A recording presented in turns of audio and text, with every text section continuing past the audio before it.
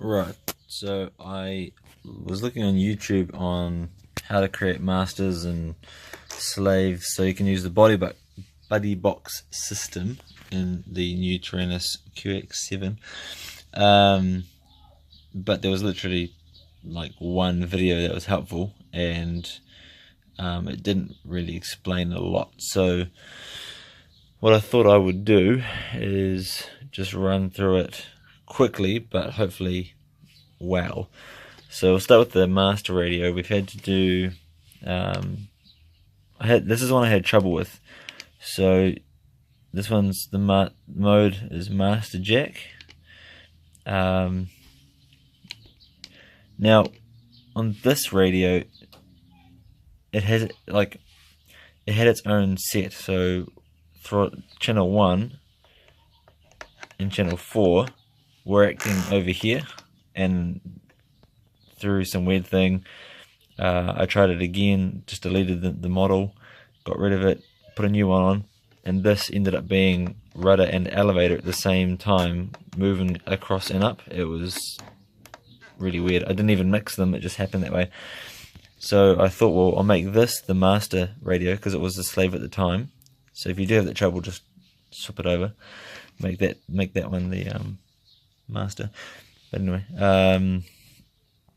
so you can see there the aileron, throttle, elevator, rudder on those channels. Now we had to make the special functions. So this switch up here, up is the slave, this is the master. So up and down, you can see that anyway. So I thought that was pretty cool, but it did take me 4 hours to get to work. This is why I'm kind of making this video. That's all you have to do here, because you've set up your master switch, you've bound it to your radio, and everything else, and you've made the switch which will control whose controller is doing what in your buddy system. Right, I'll come back to the main screen. Now the slave one is the one I had trouble with, because like I said, in this one the channels were different. So I set the receiver up for this one as throttle, rudder, elevator, aileron, but when I would switch it into this radio, this was throttle, and it was going to go 50%, so that was idle, full throttle and off, so that wasn't very helpful to me. So what I had to do is, we'll go here, so I'll show you what this looks like anyway. Slave, had it on the same receiver settings as if I was binding it myself, but now I come over here. Let's see if it's any different on here. Yeah, so you see on these radios everything on the setup is different. And I've never had this issue before. When I plug in new planes, just to run one radio by itself, it's awesome, it's fine, it's all good. But putting two of them together, they just didn't speak the same language, they didn't have the same channels to do the same thing. So I had to, what I pretty much did is take all of them, all 4 channels, down to 5, 6, 7 and 8, and one by one move them into the positions where it would work on the right stick. Cool, so that was awesome. But that's all you have to do, is have 4 channels set up for that, for the slave to work. And that's the low battery warning, because I spent 4 hours doing this today, and I used an entire 4 AA batteries. Okay, you're going to be annoying. We'll turn you off for the moment. Cool. And some of these directions had to be changed in my radio to my wife's radio to get it to work.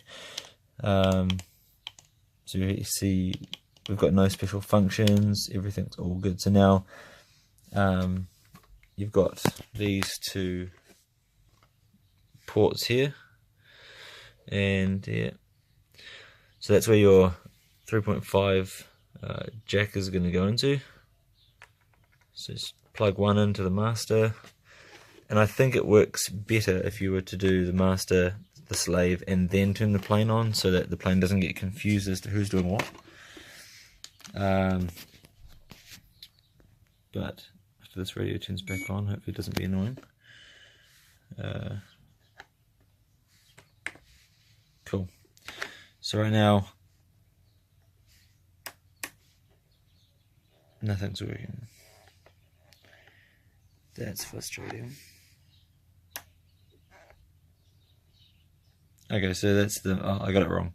The master has the top end of the switch.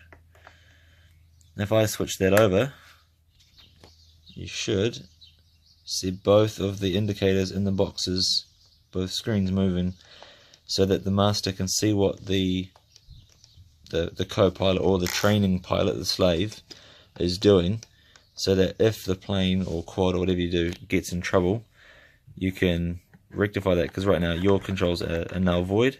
Flick that switch and you're back in control. So it's super simple, and apparently there's a way to do it with Bluetooth. I just didn't have any idea about how to do that with either of these radios, and I watched one video with the cord, and that's just what I went for. So hopefully that's more helpful for anyone who's unsure of how to do this. So we'll go down, and everything, it took me 4 hours to get them just to move in the same directions. Oh, that's right. So everything's now the same, and I wanted to let you know as well that you need to trim both radios exactly the same, otherwise you'll take control, it'll trim differently, you'll let it go to the training pilot, the slave, and it will trim differently, it'll fly differently to that. So just a tip. So that's my quick little 7-minute 30 video on that. I'll pause it now and get the plane out and show you how that works. Alright, we've got my wife's brand new Bixler 3, her blue radio, and like I said, for whatever reason they weren't talking to each other, so my radio had to be the slave for this whole thing to work, and this radio had to be the master. It just wasn't going to work any other way.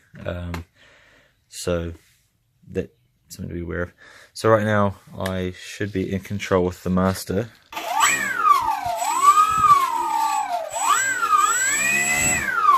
Right, so everything's on mine, and you'll see that this isn't moving because this is the slave, whereas everything's fully functional here. Now if I push the switch down and I start using this one,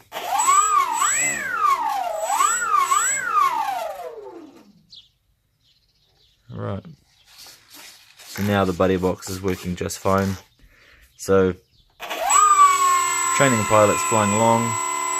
You have your throttle set at 0, flick the switch and recover the airplane, motor back on, good as gold, plane saved. And you probably save a lot more money on hot glue this way. So thank you for watching if you did make it this far through the video. I know it's my first tutorial on things.